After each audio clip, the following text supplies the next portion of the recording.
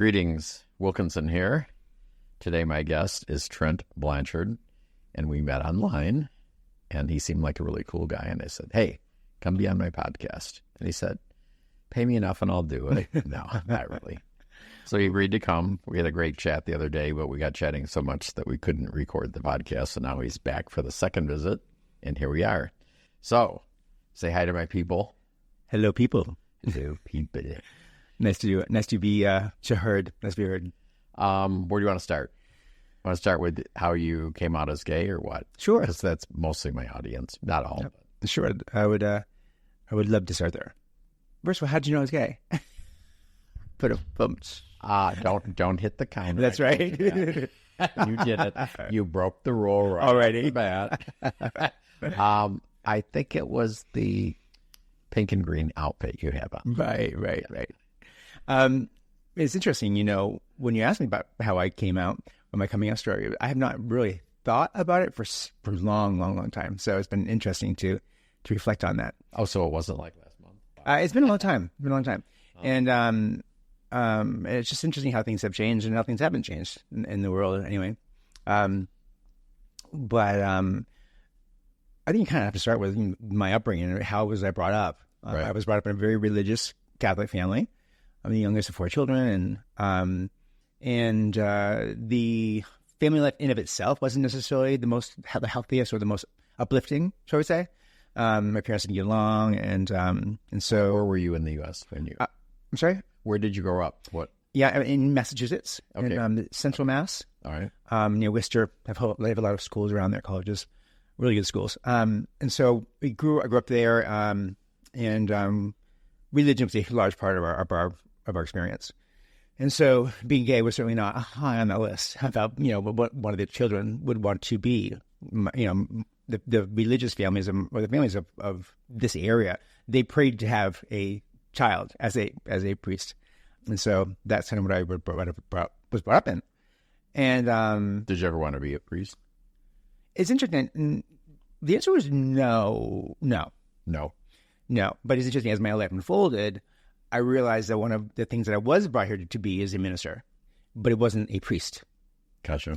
And so the journey of my ministry unfolded in such a strange way, because the very wish of my father, for example, to have a minister priest as his son, when he heard of what I was doing to become a minister, was disappointed in me, which is so fascinating, because the end was still the same. Right. So it's really that or not? No, and nor do I expect him to. Right. So my father was the first person on the planet to show me what people might think about it. So I realized my father was one of those people that is going to always be that for me, which isn't fun in this lifetime as a conscious person. But it's a wonderful thing to know that in some world, somewhere before manifestation, we might have actually made a decision to be a challenge for me always. So I understand before I go out into the world what I will have to become kind of thick-skinned about, if that makes sense. So get back to gay. Yeah. What happened? We'll get to the other part later. Yes. So I went to college. I lived, in Athol, Massachusetts. And yes, I said that properly, Athol. I grew up in Athol, Massachusetts. Imagine the jokes that we used to get about that. Oh, yeah. Yeah. What does that sound like? Exactly. So went to school in Boston. I lived off campus, so I lived at a cute little apartment in Dorchester, Massachusetts, and just thought, I'm not gay. I'm not straight. I'm not gay. I'm just going to be asexual, because I've always known that I was not straight. I knew that I was not like everybody else as far as how I felt towards women. I remember praying every night to God that I would be normal, every night. Right. Because I knew it. I would have girlfriends in high school, and I just did not have those feelings. And I knew that you're supposed to. And so, all my high school years, it was never serious dating. And by the grace of God, I was able to use Catholicism actually as an excuse to not have sex, because I can't have sex before I get married. So that actually was a blessing. While growing up, it actually could not. And so, didn't have close relationships with women. As far as dating, I had a lot of good girlfriends that I was close with. Right. And so when I went to college, however, I was on the subway, my first time I was ever on the subway, or the T, as they call it in Boston, and was going home, and there was this man, who was probably, I would say maybe a year, if not my age, a year younger, probably, that was just eyeing me up and down. And he was very handsome, I remember that. And he just was eyeing me and was not subtle about it either. Which was interesting. Like, I wasn't afraid, but it was like, what's going on over here? And I certainly never considered that attractive. So why would someone who would want someone like me, for example? So you didn't consider yourself attractive? Not at all. Okay. Not at all. So he basically followed me home on the subway. And got off at your stop? Got off my stop. And, proceeded to follow me home and be obvious about it. And no, as I mentioned, I wasn't scared. I was more intrigued about it. Like, it wasn't even sure if it was sexual or not. It was just an interesting experience. And then by the time I got home, though, it was clear that he was, wanted to say hello to me. And so I don't even really remember how it went down, but we ended up. Was he following you like a few steps back? Yeah. Or what? Like on the other side of the street, but exactly, and as I mentioned, he was handsome. So I was looking over there quite often as well. And I'm not even sure how it happened, but he ended up coming into my apartment. And I don't think it even was for a sexual thing. I remember it being, what is this about? And so he came in and we were talking, and what I really remember is that we kissed. And he actually initiated the kiss. And I didn't know what to do, but I went with it. And that's when I was like, oh my God, this is what I heard about. The fireworks, and and it was like the feeling alive and feeling like amazing.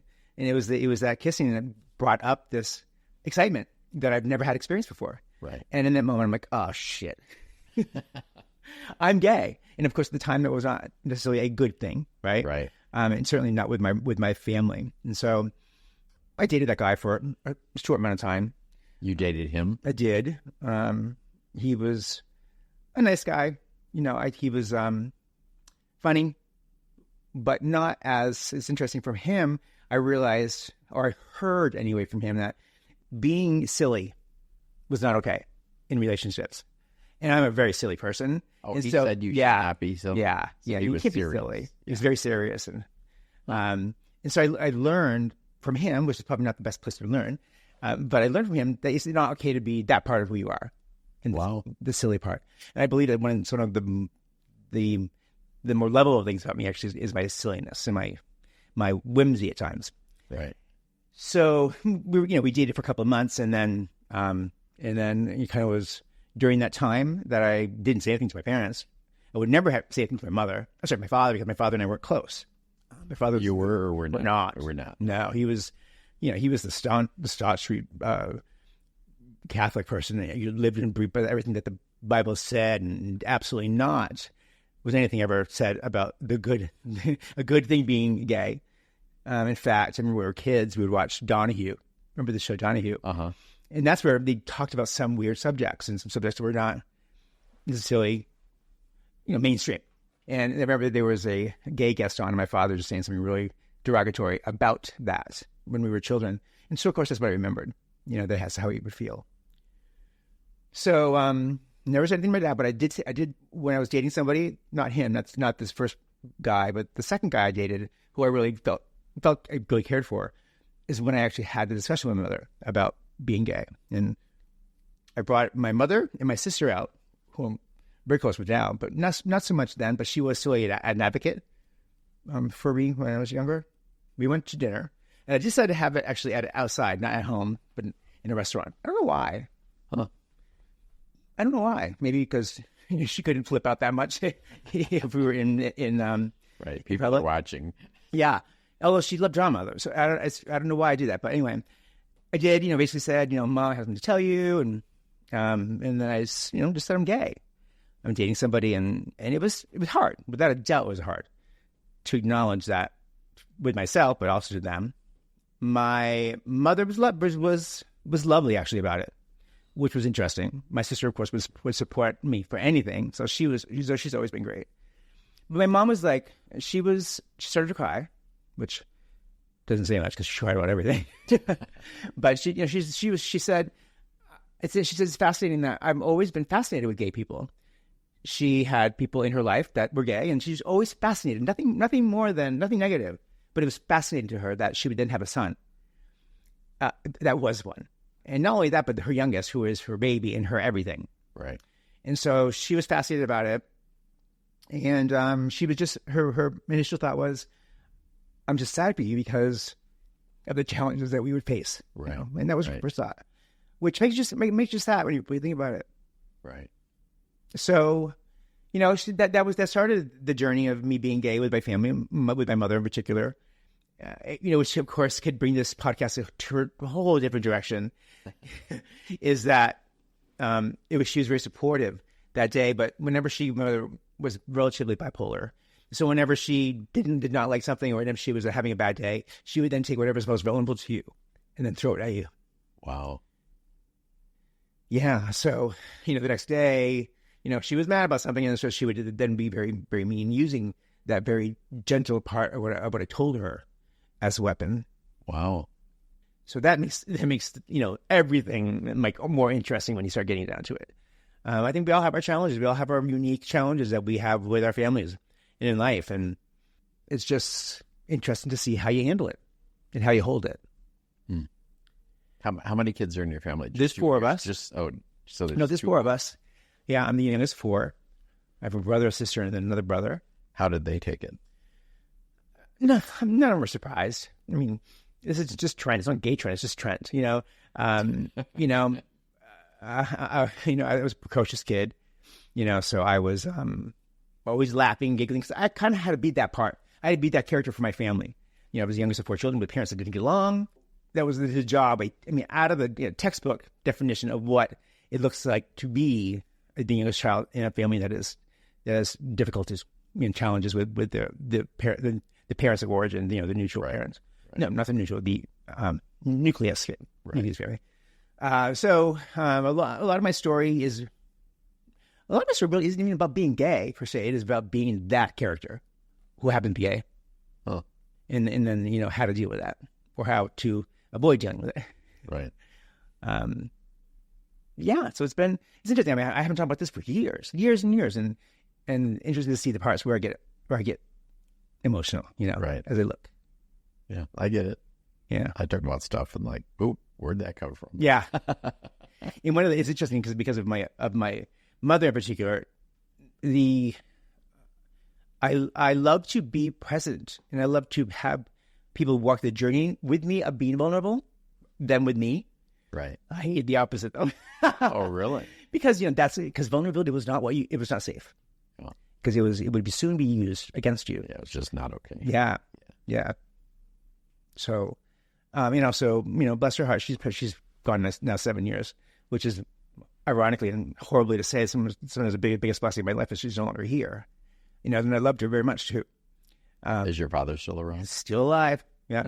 95 years old. And you're still that close to him. And as ornery as ever. Really? In fact, even worse, probably. Wow. Yeah. He's healthy as an ox. So. Yeah, it's you know, again, being gay was just that. It's almost a little aspect. Where many other people, it was and I can absolutely appreciate how that would be, you know, the thing that you focus on in your life about how you're not like everybody else. Not about defining things. Indeed. And that's just not, it's been because I've just been me. Right. So where did life take you after that? Then what? So it took me in many directions. Actually, I was a performer when I was growing up. And so I was sang and I danced and all that kind of stuff.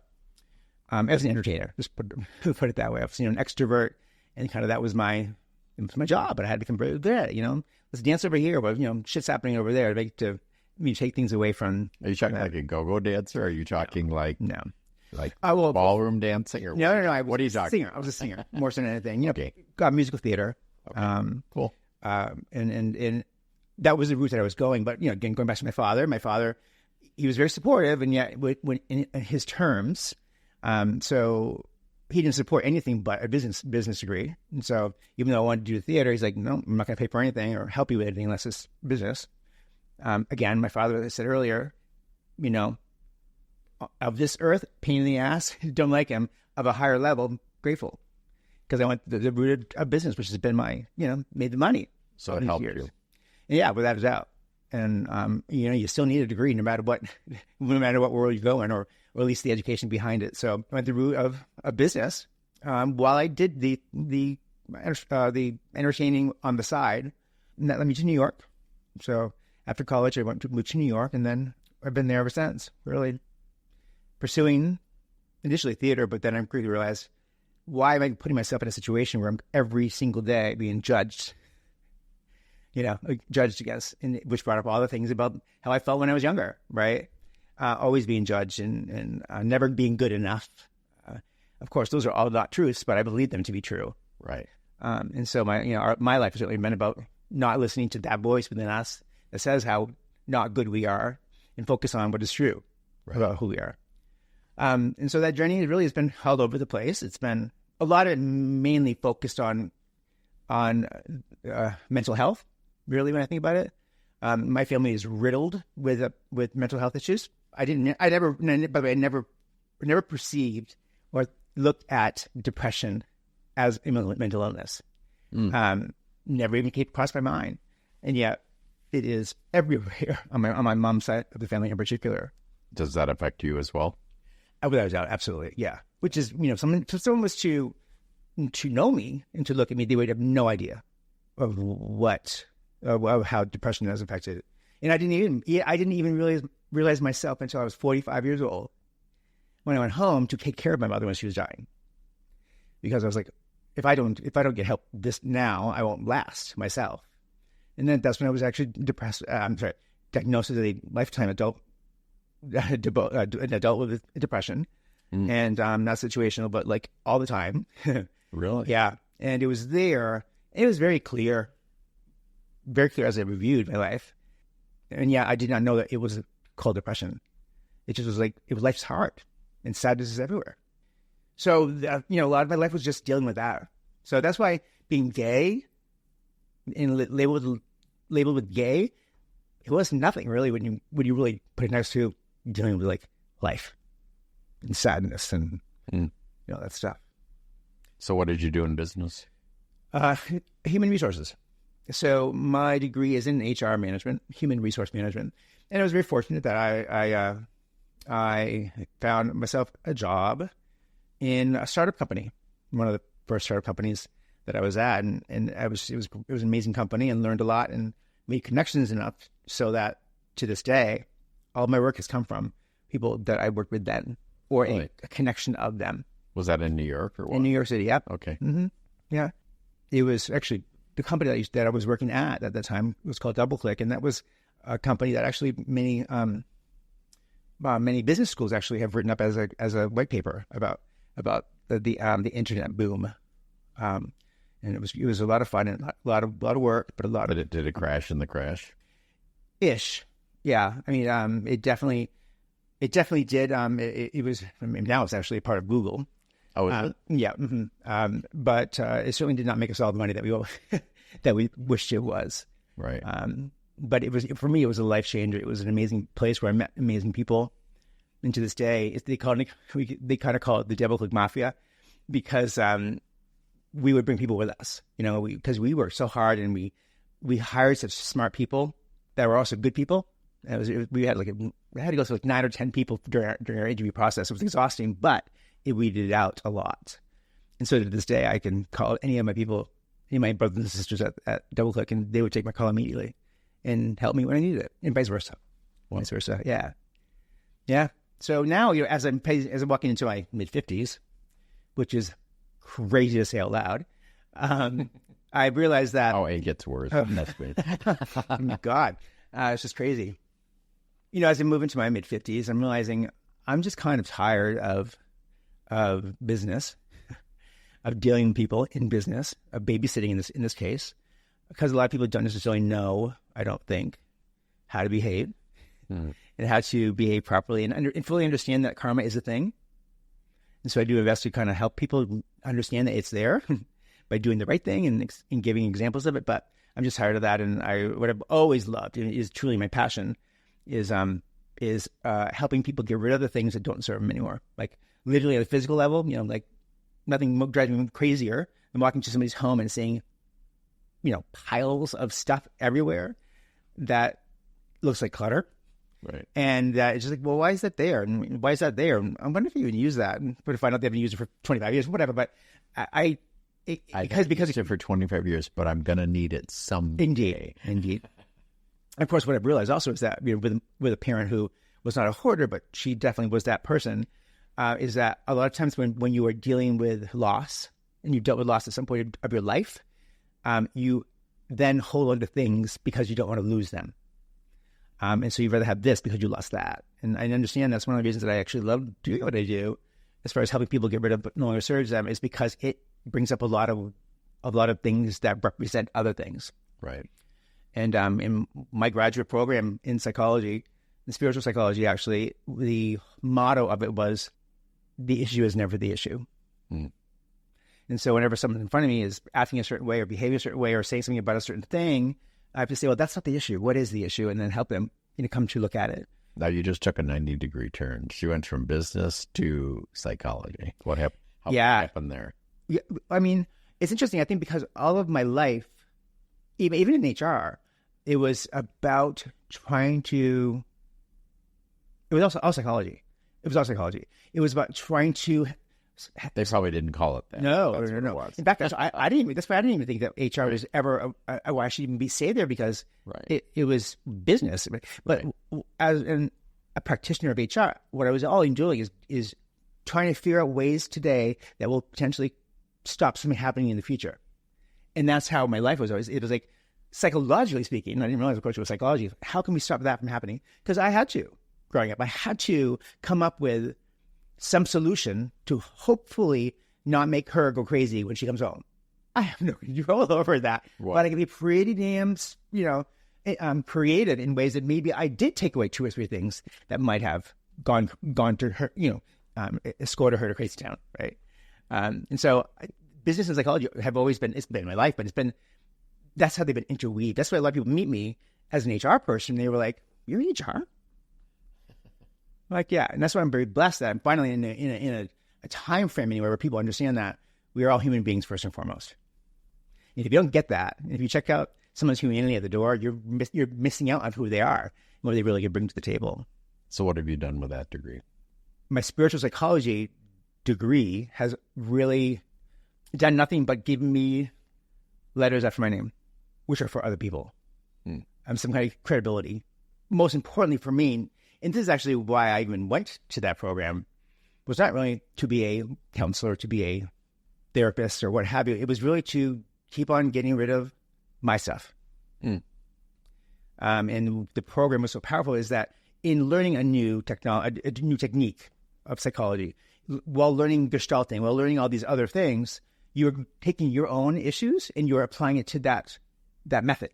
Right. So you're working through your own stuff while you're actually learning the steps of the different methods. Right. So it's really powerful because you were literally getting rid of your shit and looking at your shit as you were getting as you were learning. It's powerful. Philosophy is, healer heal themselves. Healer a lot of them don't, though. Indeed. There's a lot of therapists I've met, some that are just whack. Yeah. Well, if you look back in my life, one could say the same thing. Because I didn't know that I needed healing because I didn't know that I was depressed. Wow. So I didn't know that I could heal that part of myself because I didn't know it existed. Isn't it fascinating? It's fucked up, right? It's what it is. But it's fascinating. Like, wow, because people say, well, healing, help. Like, what more can I do? I'm trying, but I was fighting an uphill battle that I didn't know what I was fighting against. And uphill battle, nothing that I could control. Interesting theme of my life. Right. Talk about the spiritual side a little bit. Yeah. So what's the journey there? What does it look like or what is it? What was it for you? Well, it's ongoing. And you're not perfect right now. Well, it might look like it is. Yeah, hardly not. Although one might say perfect in its imperfections. Right. I would say that there's one part that there's one thing that I want to create my story or talk to people about what my journey has been, and I'll use the word. There's definitely the explanation or definition of beautifully horrific. Beautifully horrific. Oh. Yeah. Because, it was like, it was horrible, but it was also beautiful too. And it was necessary, I think. Yeah. But who knows? I'm here talking about it, so right. I guess it's been somewhat successful. So what are you up to right now in your life? So right now I am, I'm trusting the process. Right now I don't have, for the first time ever, I don't have HR specific clients in startup. So I'm kind of what I consider or call preparing, I guess you might say. I am preparing my life now to then be what I really want to do for the world, and that is do for them what I'm doing for myself.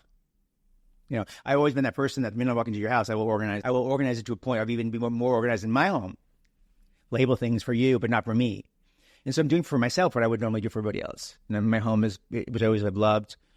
I'm organizing it exactly the way that I want to. And some people say, this is organized. I'm like, it is, but it's not really what I want it to be. And so I'm like, every drawer, everything is being looked at and organized. And also really ask the questions, do I need this? Is it serving me? Right. Doing that for myself. And so I'm preparing myself for whatever is that next thing. Right. And just trusting that whatever that's supposed to be will be. And just show up. Like I am today, just showing up and saying, hey, let's have a talk. I have no idea what we're going to talk about. And also, I'm unprepared. I'm unprepared for what that will be, which is necessary for me. Like, I have to stop being so prepared. Talk about that a little bit more. Yeah, acid evokes emotion. There you go. It's about honoring the part of who we are. Right. That is perfect just as it is. Right. And not needing to say a certain thing or have it sound a certain way or look a certain way. Yeah. Mm-hmm. You're a lovely man. So, yeah. I've had guests on here that make me cry. Well, I love making people cry. I love making people cry. You got to ride me crying, right? I mean, when I had my own coaching practice for many years, a year here in Palm Springs. Right. And I would always say, yes, I made her cry. Right. Because I went to a friend of mine who's an energy guy. I went for like 6 years every week. And I would go in some days and I go, do not make me cry. Yeah. Well, of course, if someone said it to me, you're going to even double down on it. There you go. Okay. Because, in those moments, we allow ourselves to go where we really want to go. Uh-huh. We're open, when we are vulnerable. And it's beautiful, but it's also for many of us, all of us. It's also a scary place to be. Right. Well, I know you have to get to another appointment. Mm-hmm. I'm so busy. Before we go there, what in your life, what do you live by now? You've talked about some of it already, but what are some of the things that you've learned that you live by? I really think that it's about showing up. Life is about showing up. What does that mean? It means about literally just showing up, saying yes to people. Mm-hmm. Yes, you'll meet them. Yes, you'll talk to them. And then kind of that's it. Just show up and see what unfolds. Yeah. It trust the process. They asked you for this for a reason. They asked you for a reason. And yes, it might be about this or this topic. And maybe and it's interesting because you always be prepared, right? There's always a voice in my head, always be prepared for everything. Well, what does that mean? Well, you come to a podcast, you have no idea what we're going to talk about. So correct. How do you prepare for that? Correct. And I didn't want to prepare for that either because I don't want to, that's just something that I need to be. So it's fascinating about, I've done TV before about this. I've been a whole bunch of things that are more public. And every one of my clients would say that wasn't new. Really? Uh-huh. That your essence wasn't there. Huh. Because I was so you were so perfect. Prepared. You're perfect. So, prepared. yeah. And you say the right thing. Can't. Yeah, and it was just like it was more of a robot. It was more robotic. Well, I'm glad you're not that. Well, it's about figuring out how to be that. And I don't mean you're crying mush. Because I am my mother's child. Right. I'm a very sensitive person, but I'm very strong. I like it. It's good. All right. Thank you for coming in. Thank you. was a pleasure. I may have you back in the future when we have a little bit more time. Yes, it was wonderful. Thank you. But appreciate it. Thanks, Trent. Thanks.